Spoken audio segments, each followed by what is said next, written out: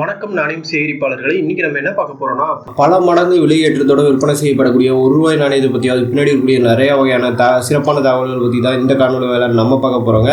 நம்ம பார்க்கக்கூடிய ₹1 நாணயம் பார்த்தீங்கன்னா இங்கே இருக்குங்க. இந்த நாணயம் பார்த்தீங்கன்னா 1983 முதல் முறையாக அறிமுகப்படுத்தப்பட்டு 1991 தொடர்ந்து அச்சடித்தாங்க. இதே போல மாடலில் பார்த்தீங்கன்னா 1982 நாணயங்கள் வெளியிட்டாங்க. ஆனால் அது பார்த்தீங்கன்னா ஒரு ட்ரையல் வெர்ஷனாக மட்டும் தாங்க வெளியிட்டாங்க.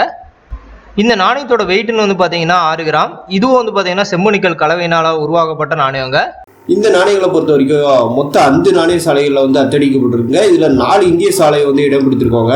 இப்போ ஹைதராபாத்தில் அச்சடிக்கப்பட்டிருந்தா நட்சத்திர குறியீடு இருக்கும். கல்கத்தாவில் அச்சடிக்கப்பட்டிருந்தா எந்த ஒரு குறியீடுகளும் இருக்காது. இதே மும்பையில் அச்சடிக்கப்பட்டிருந்தா வைர குறியீடு இருக்கும். நோய்டாவில் அச்சடிக்கப்பட்டிருந்தா புள்ளி குறியீடு இருக்குங்க. இது போக பார்த்தீங்கன்னா இந்த ஹச் மின்ட்டுன்னு சொல்லுவாங்க.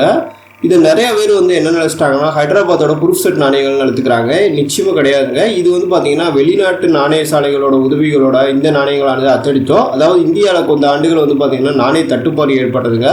அதன் காரணமாக சில வெளிநாடுகளோட உதவிகளோட நாணயங்கள் அச்சடித்தோன்னு சொல்லலாம். அப்படி தான் பார்த்தீங்கன்னா இந்த நாணயங்களும் அச்சடிக்கப்பட்டதுங்க.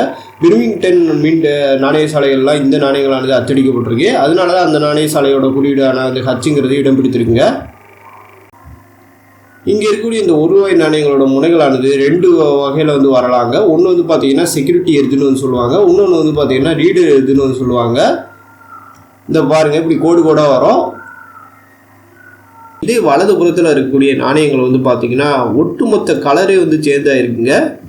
இது எதனால இப்படி சேஞ்ச் ஆயிருக்குன்னு கேட்டிங்கன்னா இது ஒரு OMS வகையை சேர்ந்த நாணயங்களுங்க. அதாவது நாணயங்கள் அச்சடிக்கப்படக்கூடிய இடங்களில் எதிர்பாராத விதமாக அந்த உலோக கலவைகள்லையோ அல்லது அதை யூஸ் பண்ணக்கூடிய அந்த டைலையோ ஏதாவது ஒரு சேஞ்சஸ் ஏற்படுத்தினா அந்த நாணயங்களில் வெயிட் சேஞ்ச் ஆகிருக்கலாம், அல்லது ஷேப் சேஞ்ச் ஆகிருக்கலாம், அல்லது வண்ணங்கள் சேஞ்ச் ஆகிருக்கலாம், அல்லது அந்த மெட்டல் கம்போசிஷனே சேஞ்ச் ஆகிருக்கலாங்க.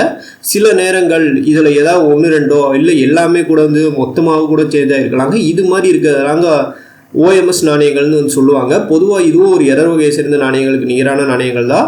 இதெல்லாம் அச்சடிக்கப்படக்கூடிய இடங்கள்லேயே எடுத்துருவாங்க. அதையும் மீறி தாங்க பார்த்தீங்கன்னா ஒரு சில நாணயங்கள் மட்டும் தான் பொது உபயோகத்துக்கு வரவங்க. அப்படி வரக்கூடிய நாணயங்கள்லாம் பார்த்தீங்கன்னா பெரிய லெவலில் இந்த மாதிரி டீலர்கள் கையில் கிடைக்கும் போது அவங்க விற்பனை செய்கிறாங்க.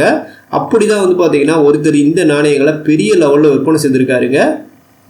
சரி, அப்போ இது போல் நாணயங்கள்லாம் எந்த லெவலுக்கு விற்பனை ஆகுதுன்னு கேட்டிங்கன்னா இங்கே கீழே அதுக்கான ஆதாரம் இருக்குங்க.